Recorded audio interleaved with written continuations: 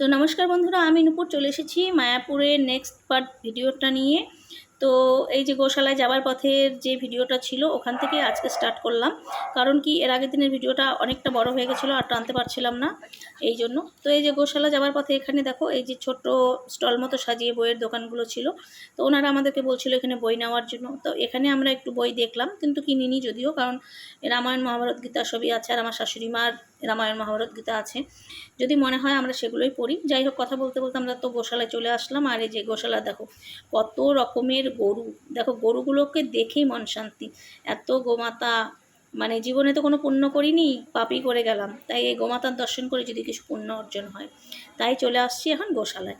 তো এই যে আমার মাকে দেখো প্রত্যেকটা গরু ধরে ধরে প্রণাম করছে। আর এক সময় কিন্তু আমার বাবার বাড়িতে অনেক গরু ছিল, প্রায় 10-12টার মতো গরু ছিল। মানে আমার মা এত এত গোমাতাকে দেখে উনি আপ্লুত হয়ে গেছে। এটা মন্দির না, এটা সিং আছে। সিং ছিল না, যেটা ছিল সিং ছিল না একটাও।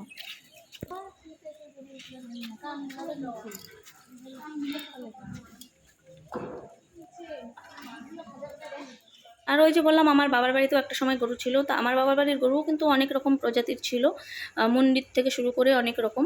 তো যাই হোক, সেসব তো নেই, মানে এখন সেসব অতীত। কিন্তু এই যে দেখো এই যে নন্দী মহারাজেরা দাঁড়িয়ে আছে, এত সুন্দর মুখগুলো দেখো, কি ভাল লাগছে। আর এটাকে দেখো একদম হরিণের মতো শিংটা, কি ভাল লাগছে। কিন্তু জানি না কেন এই গোমাতার চোখে জল ছিল, কি দুঃখ সে প্রকাশ করছিল। তারপরে তো এদিকে দেখো সাজানো আছে কি সুন্দর গোমাতার খাওয়ার।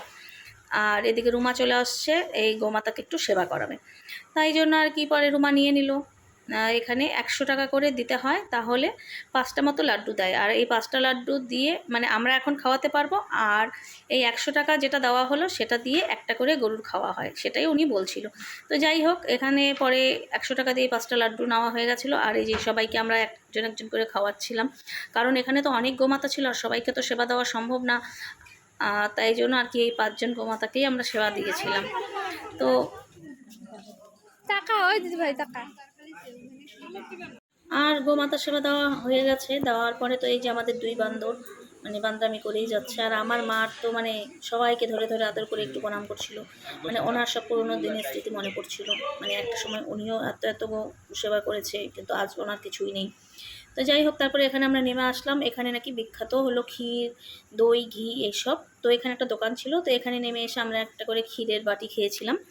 তারপরে এখান থেকে বের হয়ে আসলাম। এখন আমরা মেন মন্দিরটাতে যাব, যেখানে গেলে নাকি আমরা রাধারানী বা আমাদের প্রভু শ্রীকৃষ্ণকে আমরা দর্শন করতে পারবো। সেই উদ্দেশ্যেই আমরা রওনা দিলাম। আর এখানেও এই যে দাঁড়িয়ে দাঁড়িয়ে হলো আমাদেরকে বলছিল বই নেওয়ার জন্য। আর এখানে দেখো কি সুন্দর কীর্তন হচ্ছিল। কীর্তন তো হচ্ছিল, সব মাতাজিরাও লাইন দিয়ে ঘুরছিল, মানে কীর্তন করছিল। এত ভাল লাগছিল দেখে, মানে সত্যি মনটা জুড়িয়ে গেল। আর দেখো কতটা পরিমাণ ভিড়। আর এখানে যেতে গিয়ে এক বিপত্তি ঘটলো, সেটা হলো তোমাদের সঙ্গে আমি শেয়ার করতে পারলাম না। সেটা হলো ফোনটা আমার নিয়ে যাওয়া অ্যালাউ নেই। তো আমরা এই যে এখানে জুতা রাখতে হবে, তাই জুতা টুতা রেখে মোবাইলটা আর কি দিয়ে আমরা চলে আসলাম মন্দিরে। কিন্তু ওই যে বললাম মন্দিরের ভিতরে মোবাইল নিয়ে যাওয়া অ্যালাউ নেই। ওখানে এক পরিচিত একজনের সঙ্গে দেখা হয়ে গেছিলো, উনি নাকি আমার ইউটিউবের সাবস্ক্রাইবার। মানে এটা আমার সত্যি সবথেকে বড় প্রাপ্তি, সে বলছিল। তারপরে আমরা পারমিশন পেয়েছিলাম, তাই তোমাদের সঙ্গে এটুকুই আমরা শেয়ার করলাম।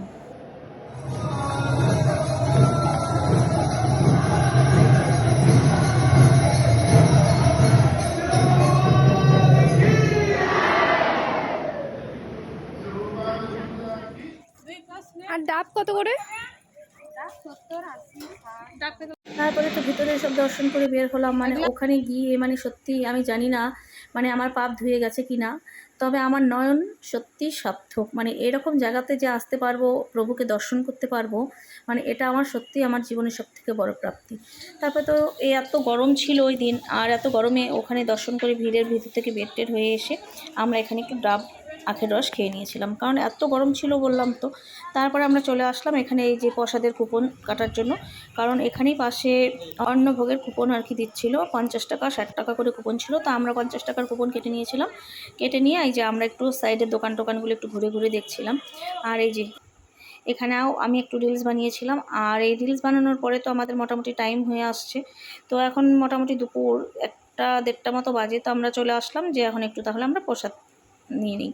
তো এই যে প্রসাদ তো নিতে আসছি, নিতে এসে কি হবে দেখো, এই যে লাইন, এত বিশাল লাইন, মানে আমি সত্যি ভাবতে পারিনি যে এতটা পরিমাণ লাইন হবে।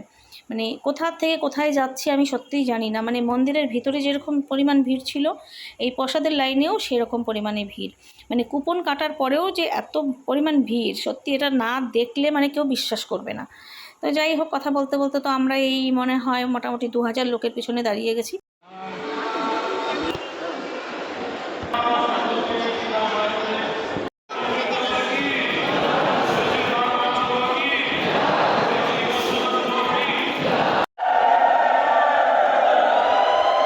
আর এই লাইন ঠেলে তারপরে চলে আসলাম, আর এখানে এসে নাকি কুপন সবার হাতে হাতে নিতে হবে। তারপরে সবার হাতে হাতে কুপন টুপন নিয়ে চলে আসলাম ভিতরে। আর এই দেখো ভিতরে পৌঁছে আমরা তো সবাই বসেও গেছি। আর এই যে ভিতরে ধ্বনিটা দিচ্ছিল, এত ভালো লাগছিল, এত সুন্দর ব্লু জোগাড়, এত ভালো লাগছিল, সত্যি মনে কি ভিতর থেকে কান্না বের হয়ে আসছে, এরকম একটা অনুভূতি হচ্ছিল আমার।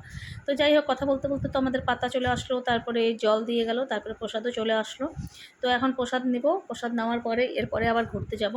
তো আজকের মতো আবার এখানেই শেষ করছি, কারণ এর থেকে বেশি আর টানতে পারছি না। এর থেকে বেশি টানলে ভিডিওটা আরও অনেকটা বড় হয়ে যাবে, তোমাদেরও ভালো লাগবে না হয়তো। কিন্তু নেক্সট ডে আর কোথায় কোথায় গেলাম আর কোথায় কোথায় ঘুরলাম, তারপরে নবদ্বীপ যাব, তো সব ভিডিওই তোমাদের সঙ্গে শেয়ার করব। তো সেই পর্যন্ত আমার সঙ্গে থাকবে আশা রাখবো। তো আজকের মতো এখানেই শেষ করছি, টাটা, সবাই ভালো থাকবে, রাধে রাধে। আর একটা কথাই বলবো, যদি আমার ভিডিওটা ভালো লাগে তো অবশ্যই কিন্তু একটা সাবস্ক্রাইব করবে। আর আমার ভুল ত্রুটি যেটা হয় তোমরা কিন্তু অবশ্যই আমাকে ধরিয়ে দেবে, তাহলেই আমি নতুন কিছু বা নতুনভাবে বলার চেষ্টা করব বা দেখানোর চেষ্টা করব, আমি নিজে শিখতে পারবো। কারণ আমি জানি আমি পারফেক্ট নই, তো আমি মনে করি কেউই পারফেক্ট হয় না। তো ওই জন্যই বললাম যে আমার ভুল ত্রুটি যেটা তোমাদের চোখে পড়বে তোমরা অবশ্যই আমাকে ধরিয়ে দেবে, আমি নিজেকে সংশোধন করার চেষ্টা করব। তো আজকের মতো এই পর্যন্তই, রাধে রাধে।